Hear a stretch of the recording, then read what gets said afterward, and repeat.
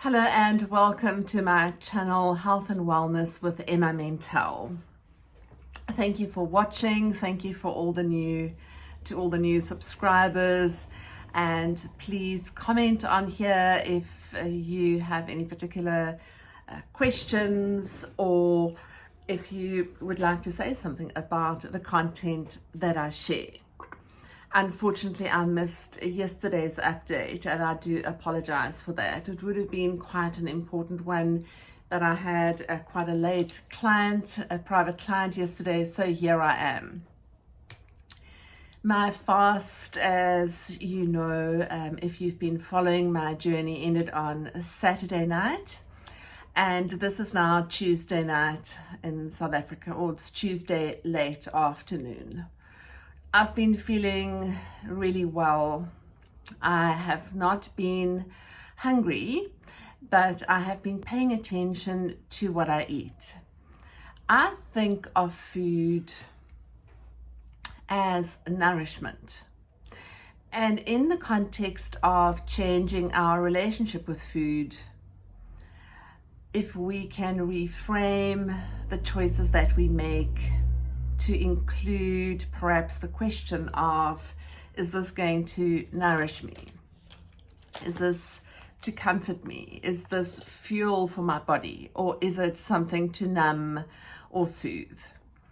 And just by asking that simple question, we can perhaps start to understand where certain habits and programming and wiring have started to mess with our weight, the way we feel about ourselves, how we feel disappointed that we can't always see something through. For example, a weight loss journey. As I mentioned in my last video, this has been a weight loss journey for me for various reasons. But when I encourage my fasting participants or my clients to ask themselves at the start of their journey, what is their biggest why? What is my biggest reason for wanting to include fasting, or for wanting to focus on health and well-being going forward? There are so many things aside from weight. Weight becomes a part of it. Weight almost becomes one of the bonuses. But if we make the focus purely a weight loss journey, then we might become so distracted when that doesn't seem to go the way we want it to go. I believe that we are made up of so many different aspects, that we have this physical component that is about what we eat, how we sleep, what we drink, how we move, the food that we choose typically, regardless of the time of day, the daily physical habits that we include and incorporate. And if you want to do a little assessment, maybe look at if you write, P for physical, how am I nourishing my physical body most of the time? What are the foods that I choose? Am I sleeping well? Do I take nutrients? Am I aware of my water intake? And how am I depleting my physical body typically? And that can be, I'm not sleeping 7 to 9 hours every night. I'm not paying attention to good hydration. I just eat whatever on the run. And so now we can start to see when things go wrong, that perhaps on a physical level, we become easily depleted, and we need to start choosing ways to nourish ourselves better. And then, of course, the same applies to the mental aspect of the body. I did make quite a series of videos a few months ago that are all in the library. Mentally, what am I choosing to think about? What do I watch? What do I listen to? How am I nourishing my mind, my thoughts? And then the E for emotions. How am I nourishing my feelings? Am I acknowledging my feelings and my emotions? And how can I take better care of when some difficult emotions arise? Am I nourishing that side, or am I just trying to ignore it and push it down? The society we live in today is a lot more aware to compared to say 10 years ago, but it's still very much fast-paced, and there's not always time for people to really process and heal some of the things that have really been difficult for them.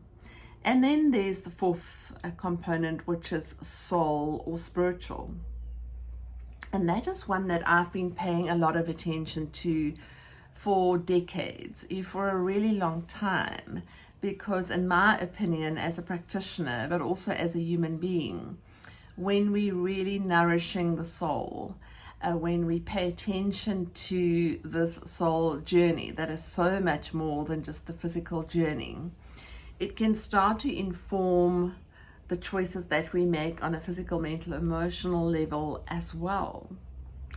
And the soul nourishment is not just prayer. It's not just going to church. It can be doing things that give you joy, things that make you feel grateful, things that make you feel alive and connected and like you belong. And that could be as simple as some mindful breathing. It can be as simple as watching the sunrise and feeling a deep sense of connection with the earth and with nature. It can be as simple as lighting a fire and just feeling transported by all that energy that a fire uses up to burn.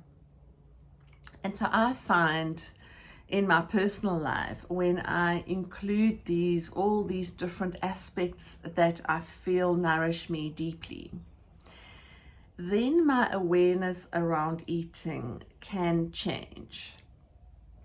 When I am starved on a mental, on a physical level, maybe, if I'm not focusing on nutrients and good sleep, but on a mental, emotional, and spiritual level, if my body is starving of good nourishment, for somebody perhaps who's just forever scrolling on social media and not listening to music that maybe feel restorative or joyful, somebody who doesn't feel a sense of connection with the earth, somebody who doesn't spend time in nature, somebody who's just in fight or flight and survival mode all the time, somebody perhaps who then also doesn't focus on some movement and something to soothe them when their nervous system's feeling dysregulated. You can then understand that somebody who's just always on that treadmill of survival and not making time and not prioritizing well-being on all these levels would first of all really struggle with fasting, because it'll just feel like such a restriction. It'll just feel like such a stress to the body, because there's so little other resources to feel connected, to feel restored, and to feel like things are okay. But that person will also overall, probably in the long term, become really unwell, because there's not the capacity for the body to hold on to nutrients or to just gather enough reinforcement for when something goes really wrong. And there are so many analogies, there are so many things that we can compare this to. For example, your car. Your car needs more than just fuel or air in one tire. It needs more than just oil or the battery. For a vehicle, any kind of vehicle, whether it's a very cheap and affordable kind of mode of transport, or whether it's a very expensive, sophisticated, top-end kind of vehicle, everything needs to be present in optimal amounts for this vehicle to go well, and for this vehicle to be maintained well, and for this vehicle to not break down often. And when it comes to our bodies, we so often forget that when certain warning lights go on, it's to nudge us to pay attention to, why am I feeling tired? Why am I headachy? Have I had enough water today? Have I slept enough? Did I remember to switch my Wi-Fi off? By the way, I switch my Wi-Fi off every single night. And I also switch my phone Wi-Fi and Bluetooth off, because I don't want all that interference in my space when I'm sleeping. But to come back to our physical bodies, very often symptoms are those little nudges that are trying to tell us that something is going wrong. It's like when you check your tire pressure every time you fill up with fuel, and if it's getting low, you're going to pay attention to it straight away. You're going to make sure that you're going to find if there's perhaps a puncture, or you're going to make sure that your tires get to the correct and the perfect tire pressure. You're not going to just keep driving and hope for the best. So if we can see our bodies as almost like the holy vehicle that takes us through this entire life in such amazing ways, and I'm often so blown away by my body's capacity to get through so much and to do so well with whatever I'm attempting. If we can start to pay attention to those little symptoms, to say on a physical level, I'm depleted because I'm tired. On a mental level, I'm depleted because I'm overthinking and I can't seem to focus and I feel like there's a lot of brain fog. On an emotional level, I'm depleted because my primary emotion is X, Y, and Z. It's not joyful and I don't feel purpose. I don't feel fulfillment. I don't feel content. I feel restless and like I can't actually tune into anything amazing. And then on a spiritual level, just that general sense of I'm feeling empty, I'm feeling lost, I'm feeling disconnected.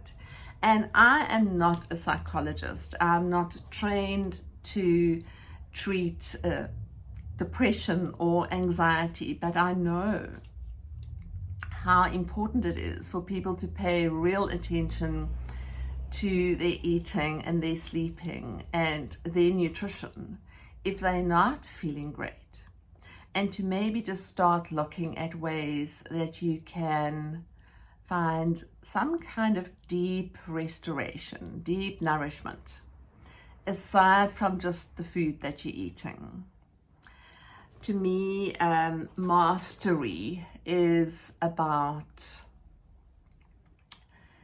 making sometimes a lot of mistakes.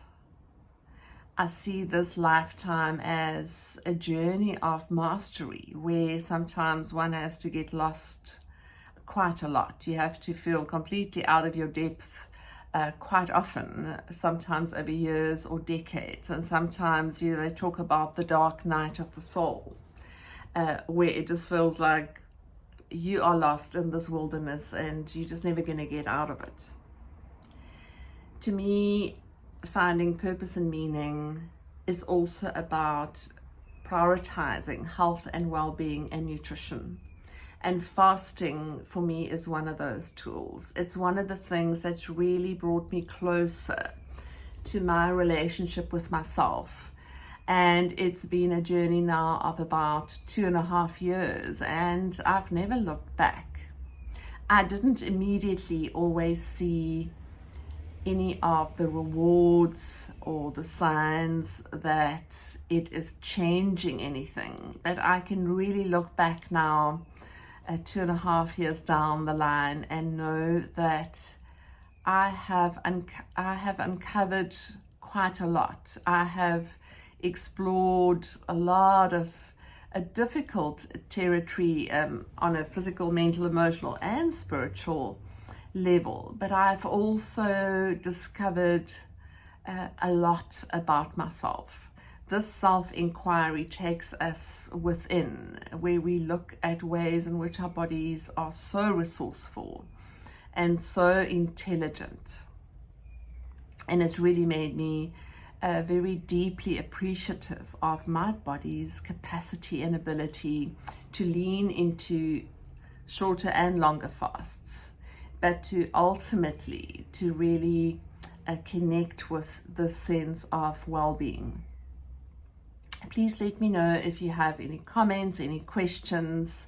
Love to hear from you, and thank you for watching. This was quite a long talk, but it was just about all these other levels that I feel are so important to consider, so important to make part of the journey, whether it's a weight loss journey or whether it's a health journey.